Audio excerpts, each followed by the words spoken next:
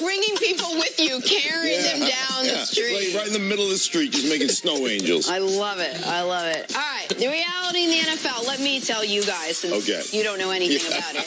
If you're in the playoff hunt, even from a distance, every game's a big game. And for the 4-5 defending Super Bowl champion Eagles, who have to head to New Orleans this weekend to play one of the hottest teams in the league, it is definitely a big game. Here's the Eagles quarterback Carson Wentz on his team's strategy to end New Orleans' 8-game win streak. They've, as of late, gotten up on teams early. You know, we have a ton of confidence in our defense, but, you know, that's a heck of an offense over there. We don't try and look too much into that because at the end of the day, we have high expectations and standards on the offensive side of the ball. We realize we have some things we got to clean up, especially in situational football, some of it being red zone and those sorts of things. And so we realize, you know, we may have to score, but again, we have a lot of confidence in our defense, and we're excited. This is going to be a fun matchup. Stink, that's a tall order for the Eagles to try to slow down this Saints offense. How do they do it? Where do they even start? Well, I think the first thing you have to do offensively, if you're the Saints, if you're the Eagles, you got to stay on the football field. You watch the Saints play offense, and it is a thing of beauty. First off, there's no coincidence in the best 3 teams in the league, the Saints, the Rams, and the Kansas City Chiefs, all have outstanding offensive lines. And I think the Saints are the best of the 3, the best of the bunch. They're outstanding. And so one thing that the Eagles are going to have to do is when you watch the Saints, it's everybody involved, and they do everything well. It doesn't matter if it's Kamara, doesn't matter if it's Ingram, it doesn't matter throwing the football. They are going to put points on the board. They are going to they're going to go after you, and they're going to do it in a myriad of different ways. You got to keep them on the sideline. Like when you're not going to slow down or you're not going to completely halt this Saints offense. There are too many weapons. There are too many opportunities. And, I mean, even when you talk about a kid like, what's the kid's name? Taysom Hill? Taysom Hill. That kid the package they run for him. He's amazing. Last week, he lined up. One, he was the kick returner. Then he lined up at quarterback. He lined up at wide receiver. He lined up at tight end, not only in line, but in the slot. I mean, like he lined up at H-back and running back. Like, there was no place they didn't put it. And it's not like Baltimore. You know, have you watched Joe Flacco's body language when they bring in Lamar Jackson? He's like... It's so bad. His wife criticized. Right. His wife told him, look like a football player. Drew Brees runs out like he's going to... I'm going to go catch a pass, maybe. Like, Drew Brees is excited about it. Like, they genuinely... As much as the Philadelphia Eagles loved playing together last year, and there's something about that chemistry that you talked about yesterday. You just can't create that. It happens. You put the Saints on film, and you're like, these dudes... I mean, I'm just sitting there with my clicker going, these dudes love each other. Yeah, the difference is they don't have to tell everybody What about Dez Bryant being there for half a week? Now, you know this does not happen, especially with wide receivers, diva, all the stuff coming about. Every time they get into the end zone, they sending out a tribute to Dez by throwing up the X's. Yeah. That speaks to the stuff you're talking about. Last week, some dude with 18 came out off the practice. I don't even know his name. 18. I'm like, who's 18? Got a 43-yarder. You know, hey, I'm open. I mean, it's unbelievable. So going back to the Eagles, what do you have to do? Well, you're going to have to change some of your game plan. You better possess the ball. You better slow this thing down. The average game has 12 possessions per side. You better slow that down to about 8 if you can, 8 or 9. If you give them the full 12 possessions in a game, they're going to beat you.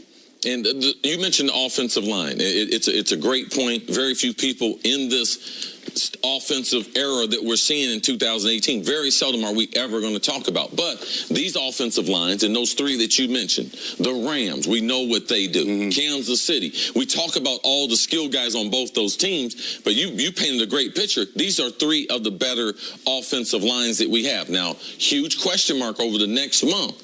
Saints lost their left tackle. All right, so with him being out, one of the best left tackles, Armstead, what are they going to do? But the thing that makes you smile is Sean Payton, as an offensive coordinator, we talk about McVay, what he's doing with the Rams. Sean Payton's been doing this for a long time, and no one stresses your defense, puts pressure on your defense, and like Belichick, gets his guys to do what they do special and doesn't have them let their weaknesses be exploited in NFL games. Sean Payton is special, and let's see see what he creates week in and week out, because he's going to do that against the Eagles. Real quick, and you're 100% right, but Jermon Bushrod has been a Pro Bowl player, and I was at Saints camp this year and worked some with the offensive line as just kind of a day-long consultant, you know, and it was in the meetings. It was awesome. The Saints, they couldn't have treated me any kinder. But Bushrod is a guy that's a former Pro Bowler that wants to, like, he's there because he wants to be there, because he understands how good this team is. He's played forever, and he's like, this is a great opportunity. And he is playing. He's fresh-legged, and he's a guy that's very skilled. And they won't, I'm telling you, as good as Armstead is, they're not going to miss a beat. And that, when you have that kind of depth, and that, again, that kind of chemistry where people just are there because they're like, damn, I want to be a part of this. Like, yeah, I could retire, or I could have gone somewhere else and had a chance to start, you know, but I want to be here because this is special. So we know that Philly, if they're going to have any chance, you mentioned time of possession, score some points, score a bunch of points. But how are they going to slow down the Saints? The Eagles secondary has been the biggest weakness on their team. I think it's been the single biggest reason they're 4-5 instead of having a winning record, instead of being 6-3, as a lot of us thought they'd be at this point in time. And their secondary is going to be worse in this game. At least worse personnel than it's been at any point all year. They now don't have. They lost Darby in their last game. They have one starter from Malcolm Jenkins. From where they started the season. He's the only guy left of their initial starting secondary. So that's going to put even more pressure on that defensive front to be what it was last year, which was the strength of the team, even more so than Carson Wentz in the passing game, that rotational pass rushers. But this is where the Saints put you in such bad positions. Because of that offensive line, Saints are allowing the second fewest sacks in football. You can't just play the pass because they're the number 8 rush offense in football. And that's with Mark Ingram not even playing the first quarter of the season. Like, that, you know, they're not turning the ball over. Drew Brees only thrown 1 interception all year long. The only way that I think the Eagles can make this a competitive game, much less win it, is if they have their biggest pass rush game of the year. I said it yesterday. You loved this stat. 84% of drives that have a sack do not result in a first down or a touchdown. If you get a sack's not a turnover, but it is damn close. Once you get a sack, that is the definition of a drive killer. And so the Saints haven't been giving up any because of the offensive line, but that's the Eagles' only path, because it's almost impossible to win the turnover battle against a team whose quarterback never throws picks, because fumbles are random and luck, like who falls on them. So how are you going to get the requisite possessions? How are you going to get them off the field? You got to have your pass rush show up. Unfortunately for Philly, they've had a league average pass rush this year, which, given the talent they have on that line, should not be the case. Quick question before we break. We've heard a lot of mixed messages from Doug Peterson, and it's something that's bothered you at least all week.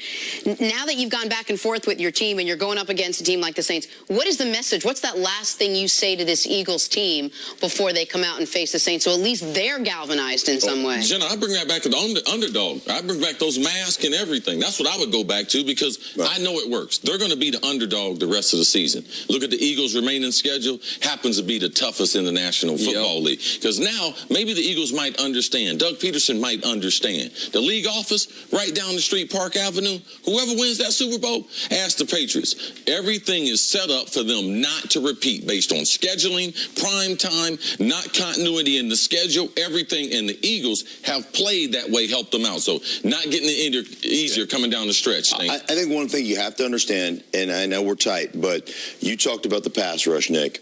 Here's the deal. The Saints are so balanced, and they're so good at everything. You know how many legit pass rush opportunities you get? Right. You get about 8 a game when you play the Saints. Tops, because the ball is out, it's on time, they've got great rhythm to the offense, they're rarely off schedule, and they run the ball. So, hey, good luck. Here's Drew Brees, one of the best that's ever played the game. He's smart, he's intelligent, he knows exactly where he wants to go with the football, and you're going to get 8 legitimate opportunities that go beyond 2.7 seconds where he holds the ball. Good luck. You got 8 tries to get the guy. Good luck. I hope it works out for you. You know what? Hasn't worked out for anybody. No. All right, Mark, stick around. Coming up, Zeke says the Cowboys have their backs against the wall. That's next. First things first. When you said you know we're tight, were you just telling the audience, me and you, we're tight, or you just tight for time?